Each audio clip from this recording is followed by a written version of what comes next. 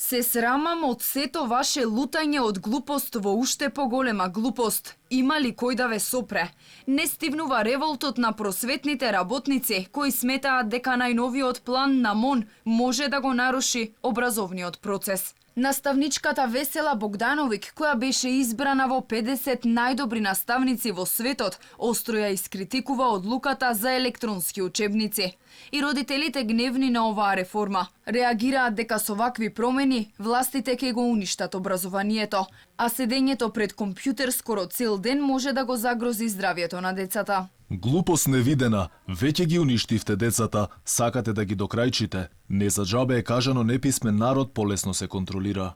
Мизерно страна на образованието, како не ви е срам си играте експерименти со нашите деца? Дали се запрашавте вие до каде ќе стигнеме ако продолжите со овие луди и неприфатливи наметнувања? До кога ќе трпи образованието од вакви неписмени министри? Па ова е голем срам што го правите.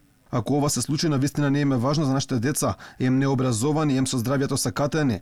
Ти, драга министерке, запрашај се дали овој потек е во ред. На секаков може начин и ги отупевте децата. И покрај критиките на стручната фела и бројните негативни коментари во јавноста, МОН сепак не се откажува од идејата децата наместо од книга да учат од лаптоп или таблет. Министерката Царовска цврсто стои на ставот дека ќе има голем бенефит од овие промени. Посочи дека концептот на учење од електронските учебници нема да биде како со PDF учебниците кои досега се користеле, што ја отвора дилемата дали учебниците ќе претрпат бројни промени. Овој пристап на нов тип на учебници се воведува сукцесивно или наредната година само во 4-то оделение имаме дигитални учебници, затоа што нашиот модел кој што го нудиме е комбиниран и овозможува да различните потреби на учениците ги пресретнеме со различен или поинаков тип на учебници. Новиот концепт нуди и можност секој родител кој смета дека нема да може неговото дете да учи, да си ги испечати учебниците.